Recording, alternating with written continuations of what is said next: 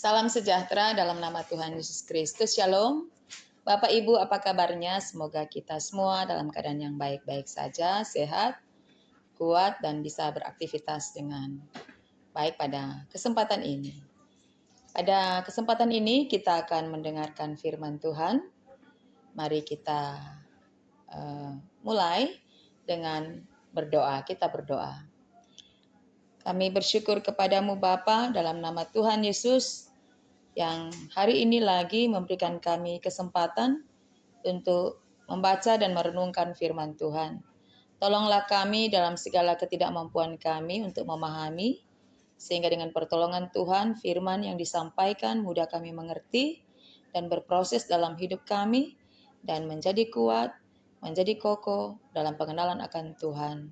Pakailah hamba-Mu ini Tuhan untuk menyampaikan firman-Mu. Dalam nama Yesus kami berdoa. Amin. Mari kita baca Alkitab dalam kitab Yesaya. Yesaya 55 ayat 1 sampai ayatnya yang ke-12. Ayat 13. Yesaya 55 ayat 1 sampai ayat 13. Seruan untuk turut serta dalam keselamatan yang dari Tuhan. Ayo, hai semua orang yang haus, marilah dan minumlah air. Dan hai orang yang tidak mempunyai uang, marilah. Terimalah gandum tanpa uang pembeli dan makanlah. Juga anggur dan susu tanpa bayaran. Mengapakah kamu belanjakan uang untuk sesuatu yang bukan roti? Dan upah jeripayamu untuk sesuatu yang tidak mengenyangkan? Dengarkanlah aku, maka kamu akan memakan yang baik, dan kamu akan menikmati sajian yang paling lezat. Sendengkanlah telingamu dan datanglah kepadaku. Dengarkanlah, maka kamu akan hidup. Aku hendak mengikat perjanjian abadi dengan kamu, menurut kasih setia yang teguh yang kujanjikan kepada Daud. Sesungguhnya aku telah menetapkan dia menjadi saksi bagi bangsa-bangsa, menjadi seorang raja dan pemerintah bagi suku-suku bangsa. Sesungguhnya engkau akan memanggil bangsa yang tidak kau kenal, dan bangsa yang tidak mengenal engkau akan berlari kepadamu. Oleh karena Tuhan Allahmu dan karena yang Maha Kudus Allah Israel yang mengagungkan engkau. Carilah Tuhan selama ia berkenan ditemui, berserulah kepadanya selama ia dekat. Baiklah orang fasik meninggalkan jalannya, dan orang jahat meninggalkan rancangannya. Baiklah ia kembali kepada Tuhan, maka dia akan mengasihaninya, dan kepada Allah kita, sebab ia memberi pengampunan dengan limpahnya. Sebab rancanganku bukanlah rancanganmu, dan jalanmu bukanlah jalanku. Demikianlah firman Tuhan. Seperti tingginya langit dari bumi, demikianlah tingginya jalanku dari jalanmu, dan rancanganku dari rancanganmu. Sebab seperti hujan dan salju turun dari langit, dan tidak kembali ke situ, melainkan mengairi bumi, membuatnya subur, dan menumbuhkan tumbuh-tumbuhan, memberikan benih kepada penabur dan roti kepada orang yang mau makan. Demikianlah firmanku yang keluar dari mulutku.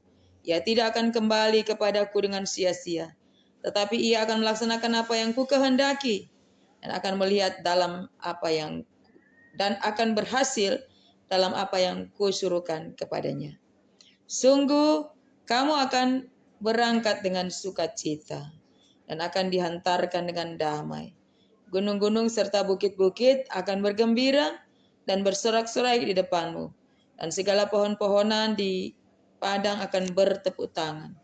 Sebagai ganti semak duri akan tumbuh pohon sanobar, dan sebagai ganti kecubung akan tumbuh pohon murad, dan itu akan terjadi sebagai kemasyuran bagi Tuhan, sebagai tanda abadi yang tidak akan lenyap. Demikianlah kita telah membaca firman Tuhan.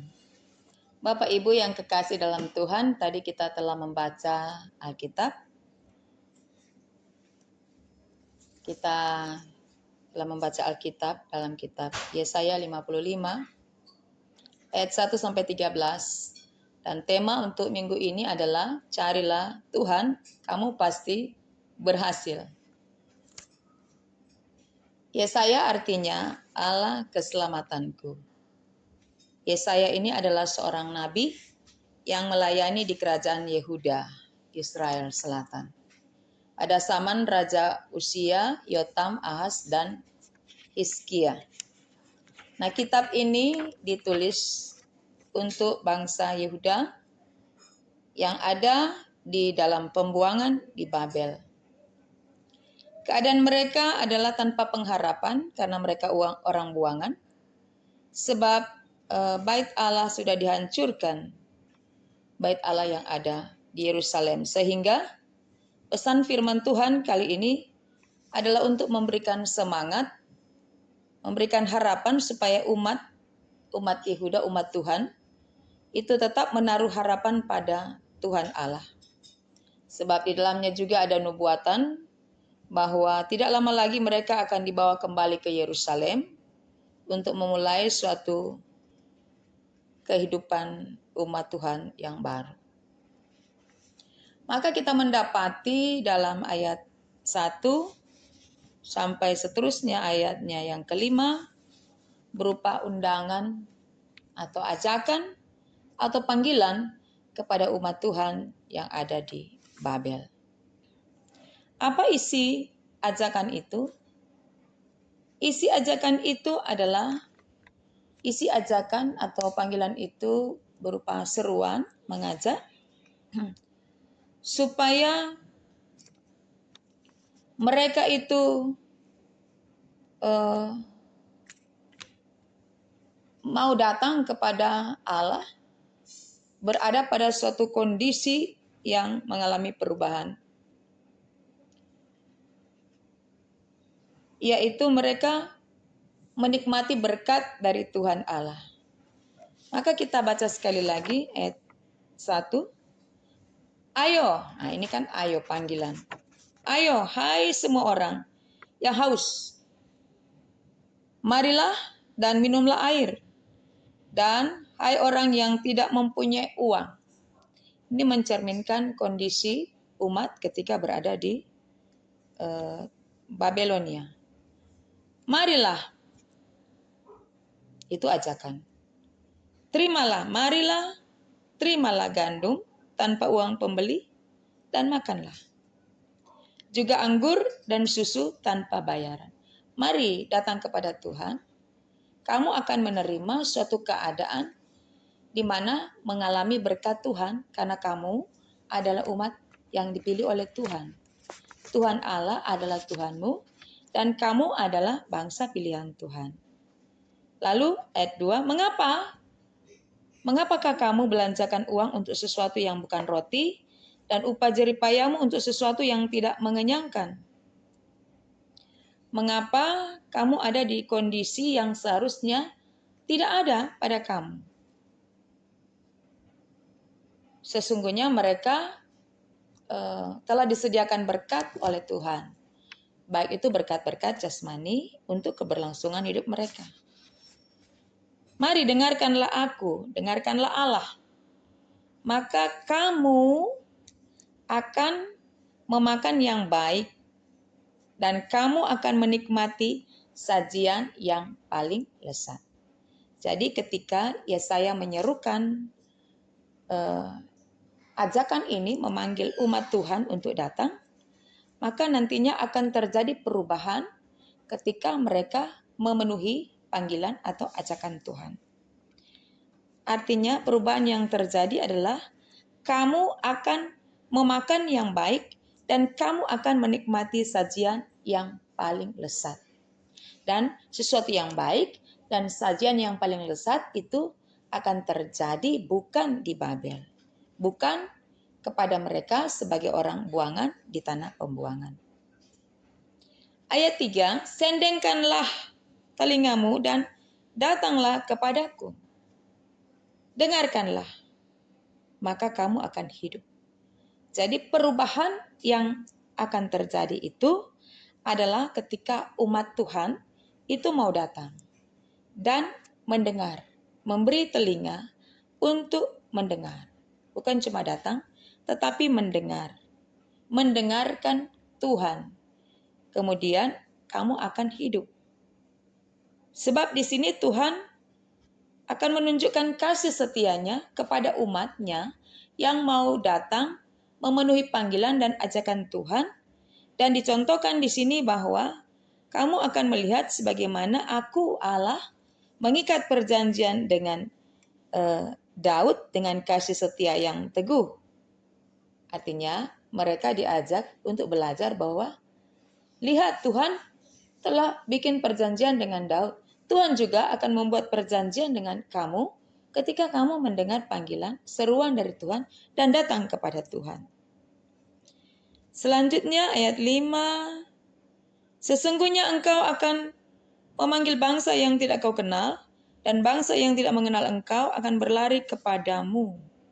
Jadi orang-orang yang dahulunya jauh itu akan datang, bahkan bangsa yang tidak dikenal akan datang kepada umat pilihan Tuhan.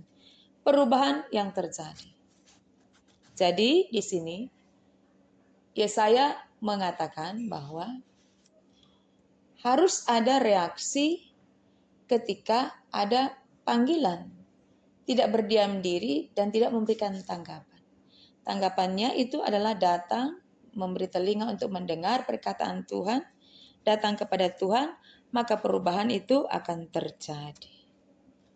Karena yang Maha Kuasa Allah, Israel akan mengagungkan engkau, akan memuliakan engkau, akan membawa engkau kepada posisi sebagai orang-orang yang bebas setelah kamu dilepaskan dari status sebagai orang buangan. Nah, kita sampai pada ayat 6. Carilah Tuhan selama ia berkenan ditemui, berserulah kepadanya selama ia dekat. Artinya inilah kesempatan. Pemulihan terjadi kalau kamu mencari Tuhan. Ketika mencari Tuhan, ketika ia berkenan ditemui, artinya kasih karunia, anugerah, pintu keselamatan terbuka. Dan jangan sia-siakan kesempatan ketika ada panggilan, seruan, dan keselamatan yang akan dikerjakan Tuhan. Nah, ketika kita melihat judul daripada firman Tuhan ini, seruan untuk turut serta dalam keselamatan yang dari Tuhan. Artinya Tuhan memberi visi kepada Yesaya bahwa keselamatan akan terjadi kepada umat Yehuda, umat Tuhan, tetapi juga harus ada kerjasama dari umat Tuhan yang hendak dibebaskan, yang hendak diselamatkan, sehingga keselamatan itu terjadi dari dua pihak. Dari Tuhan Allah yang merencanakan keselamatan bagi umat pilihannya, tetapi juga tanggapan bagi dari umat Yehuda. Dan rencana keselamatan ini adalah inisiatif dari Tuhan Allah yang akan menyelamatkan umat pilihannya. Cari Tuhan selama ia berkenan ditemui. Jangan sia-siakan kesempatan ini. Ayo datang kepada Tuhan, jawab panggilannya. Berseru kepada Tuhan selama ia dekat. Dan caranya adalah, cara mencari Tuhan itu adalah ayat 7. Baiklah orang fasik meninggalkan jalannya, dan orang jahat meninggalkan rancangannya. Jadi cara mencari Tuhan itu adalah dengan tindakan, dengan perbuatan. Pertama, memenuhi panggilan Tuhan. Dengar, datang, cari Tuhan. Kemudian, tindakan. Tindakan apa? Di sini adalah orang fasik itu meninggalkan kefasikannya, orang jahat meninggalkan perbuatan jahatnya, dan meninggalkan rancangan jahatnya. Lalu kemudian mengalami perubahan dan dia datang kepada Tuhan. Dan dengan cara itu maka belas kasihan Tuhan akan terjadi kepadanya. Mengapa ada belas kasihan Tuhan? Belas kasihan Tuhan terjadi kepada umat yang mau merelakan dirinya untuk mengalami pembaruan di dalam Tuhan. Maka di sini dikatakan, Dia, Allah, mengasihimu, mengasihi kamu. Sebab apa? Karena Allah adalah pemberi pengampunan, sumber pengampunan, dan ia akan memberikan pengampunan kepada orang yang mau datang, yang mau bertindak, yang mau meninggalkan kehidupannya yang lama, dan berpaling kepada Tuhan, maka ada kelimpahan kasih, ada pengampunan yang akan dianugerahkan kepada umatnya. Ayat 8 di sini mengatakan, ini firman yang banyak kali kita dengar, sebab rancanganku bukanlah rancanganmu, dan jalanmu bukanlah jalanku. Demikianlah firman Tuhan. Artinya, umat Tuhan itu tidak tahu rancangan Tuhan itu seperti apa. Karena kita manusia punya rancangan, tetapi rancangan manusia tidak seperti apa yang dirancangkan Tuhan. Manusia bisa merancangkan sesuatu tentang hidupnya, tetapi rancangan Tuhan jauh di atas rancangan umatnya. Bahkan rancangan Tuhan itu yang terbaik daripada apa yang kita rancangkan. Bahkan kita tidak mengetahui jalan-jalan Tuhan. Jalan-jalan yang dirancangkan Tuhan selalu berujung kepada kebaikan, keselamatan bagi umat yang Dia kasihi. Maka dalam firman ini, Yesaya menegaskan kembali tentang rancangan Tuhan itu diibaratkan begini. Seperti hujan dan salju itu turun dari langit. Dan ketika hujan dan salju itu turun dari langit, dia tidak akan kembali lagi ke tempat dari mana dia berasal. Melainkan hujan dan salju itu akan mengairi bumi, memenuhi bumi, dan kemudian membuatnya subur dan menumbuhkan tumbuh-tumbuhan. Lalu kemudian memberikan benih dan penabur serta roti kepada orang yang mau makan. Ayat 10 ini mau menegaskan apa yang disampaikan dalam ayat 9. Bahwa apa yang mau Tuhan rancangkan itu adalah untuk kepentingan umat yang dikasihinya. Rancangan Tuhan selalu berwujud kebaikan, keindahan, keselamatan bagi umat yang dikasihinya. Apa yang Tuhan itu rencanakan selalu untuk kepentingan yang Dia kasihi. Selalu yang baik, tidak ada rancangan Tuhan yang jahat. Ayat 11 juga menegaskan hal yang sama. Demikianlah firmanku, artinya apa yang dikatakan oleh Yesaya sebagai perkataan firman dari Tuhan, apa yang Tuhan perkatakan, Tuhan sampaikan, yang keluar dari mulutnya Tuhan, itu tidak akan kembali dengan sia-sia. Itu akan terjadi. Sekali Tuhan memakai Yesaya, memakai nabinya, untuk firman itu disampaikan, itu yang akan terjadi. Demikianlah firmanku yang keluar dari mulutku, ia tidak akan kembali kepadaku dengan sia-sia. Apa yang Tuhan perkatakan itu jadi. Apa yang Tuhan perkatakan terjadi itu tidak pernah Tuhan tidak pernah ingkar kepada janjinya. Apa yang Dia sampaikan, apa yang Dia perkatakan melalui hambanya tidak akan meleset. Itu yang disebut tidak akan kembali kepadaku, kepada Tuhan dengan sia-sia. Tetapi apa yang diperkatakan Tuhan sebagai firman yang hidup, itulah yang akan dilaksanakan. Dan itu akan berhasil. Lalu kita terus ke ayat 12. Ini adalah bagian-bagian terakhir, ayat 12 dan ayat 13.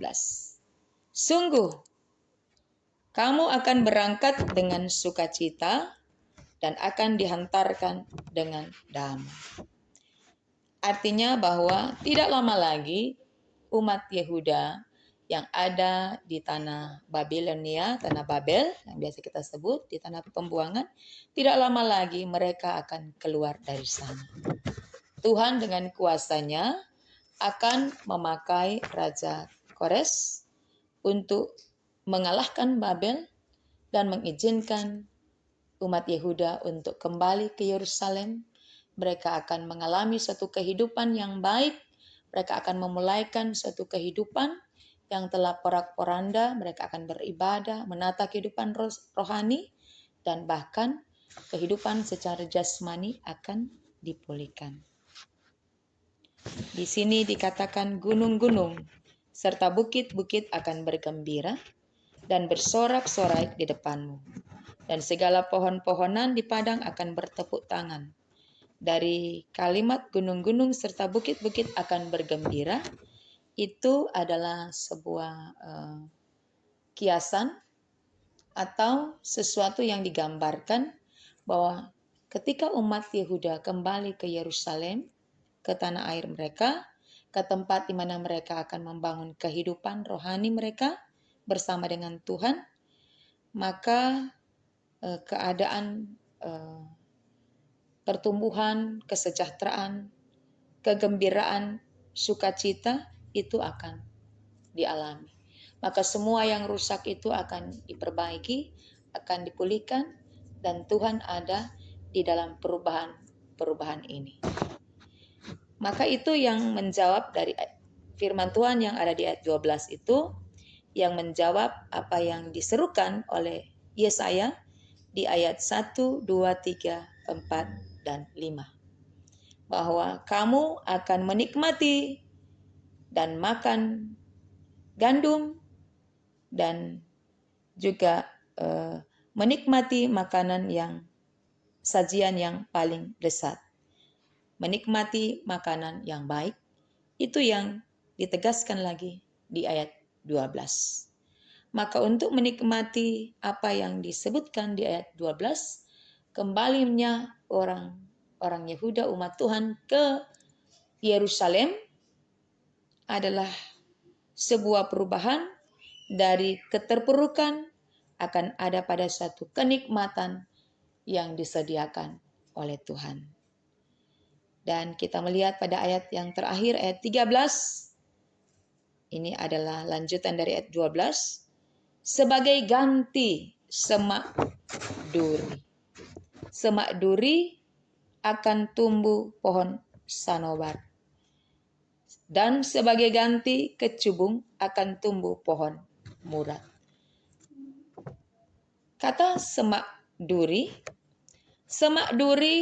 dan kecubung ini adalah dua tanaman yang digunakan di sini untuk menjelaskan atau untuk menjelaskan kepada kita bahwa semak duri dan kecubung ini, semak duri terutama adalah tanaman yang daunnya menyebabkan rasa gatal. Dan semak duri ini dia tumbuh di tanah yang kurang subur. Ini semak duri adalah gambaran keadaan dari umat Yehuda yang ada di tanah Babel. Mereka hidup sebagai orang-orang buangan, dikiaskan sebagai keadaan seperti semak duri. Tanaman yang menyebabkan rasa gatal yang tumbuh di tanah yang kurang subur. Itu akan diganti dengan pohon sanobar. Nah, pohon sanobar ini adalah pohon yang tinggi rindang dan kemudian diganti dan sebagai ganti kecubung tadi akan tumbuh pohon murad. Pohon murad ini adalah yang mengeluarkan bau yang harum atau yang wangi. Dan itu akan terjadi kemasyuran bagi Tuhan sebagai tanda abadi yang tidak akan lenyap. Pada akhirnya keselamatan itu akan terjadi dan keselamatan itu adalah rancangan Tuhan buat umatnya. Akan terjadi pembaharuan, terjadi pembebasan, terjadi perubahan di dalam kehidupan umat yang dikasihinya. Asalkan ada keinginan untuk mencari Tuhan. Cari Tuhan dengan cara meninggalkan kejahatan dan kefasikan. Cari Tuhan adalah meninggalkan kehidupan yang lama dan datang menikmati, mengalami suatu kehidupan yang baru, dan itu hanya ada di dalam pengenalan, perubahan, dan persekutuan di dalam dan dengan Tuhan. maka semua akan digantikan. Baik keadaannya, keadaan di suatu negeri, tetapi juga keadaan kondisi hidup secara rohani. Umat Tuhan akan dipulihkan. Ini janji Tuhan. Tuhan dapat melakukan hal-hal yang bagi umatnya itu mustahil. Tetapi bagi Tuhan tidak ada perkara yang mustahil. Ayat 13 telah menunjukkan akhir daripada nubuatan ini. Itu akan terjadi. Dan itu akan menjadi sebuah kemuliaan dan kemasyuran bagi Tuhan sebagai tanda abadi, tanda yang kekal, yang tidak akan pernah lenyap. Nah, Bapak Ibu Saudaraku yang kekasih dalam Tuhan, apa yang dapat kita ambil dari firman Tuhan pada kesempatan ini melalui kehidupan umat Yehuda yang berada di dalam pembuangan dan juga perubahan-perubahan yang nantinya akan terjadi sesuai dengan waktunya Tuhan adalah bahwa kita bisa saja jatuh dalam keterpurukan karena dosa-dosa dan kesalahan kita. Kita hidup dalam hal-hal yang tidak berkenan kepada Tuhan, kita menjauhkan diri daripada Tuhan, kita meninggalkan Tuhan. Nah, ini adalah sebuah kesalahan. Dan ketika kita mau untuk mengalami suatu perubahan yang sangat besar, maka caranya adalah cari Tuhan. Hal utama dalam kehidupan kita untuk mengubahkan segala sesuatu yang terpuruk, yang rusak, dan bahkan yang kita pikirkan tidak ada lagi harapan, tidak ada lagi pertolongan, tidak ada lagi keselamatan. Firman Tuhan menegaskan caranya adalah cari Tuhan. Cari Tuhan selagi Ia berkenan untuk ditemui. Cari Tuhan.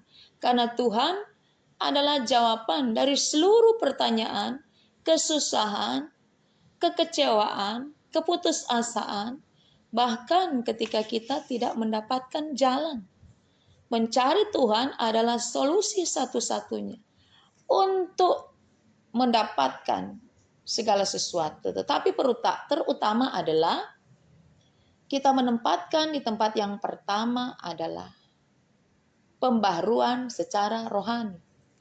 Pembaharuan kepercayaan kepada Tuhan. Pembaharuan iman kita, hubungan kita dengan Tuhan. Ketika hubungan kita dengan Tuhan dibaharui, karena kita mau mencari Tuhan, menerima panggilan dan ajakan Tuhan, maka secara otomatis hal-hal yang kita butuhkan dalam hidup ini adalah tentang ekonomi, tentang keluarga, tentang masa depan, apa yang kita mau makan, pakai, mau minum, mau butuhkan dalam hidup ini, Tuhan sendiri yang akan menyediakan bagi kita. Tuhan sendiri yang akan menunjukkan jalannya. Tuhan sendiri yang akan memberikan firman-Nya. Dan ingat, Tuhan itu ada, Tuhan itu hidup, Tuhan itu berkuasa. Dan hidup itu ada di tangan Tuhan. Itu adalah kekuatan kita, cari Tuhan. Jika kita ingin berhasil dalam segala sesuatu, maka yang utama adalah mencari Tuhan, bukan mencari berkat. Berkat dari Tuhan akan datang dengan sendirinya. Kalau kita mencari Tuhan adalah mendapatkan segala-galanya. Ini kunci bagi kita untuk membukakan segala berkat dan rahmat daripada Tuhan. Maka ketika kita berkata cari Tuhan, maka semua berkat akan datang kepada kita. Kita mengingat dalam kitab Injil Matius pasal 6, carilah Tuhan, dahulukan Tuhan, mencari Tuhan. Maka semua yang kita butuhkan untuk keberlangsungan hidup kita secara jasmani akan dipenuhkan, akan diberikan oleh Tuhan bagi kita yang mengasihi Dia.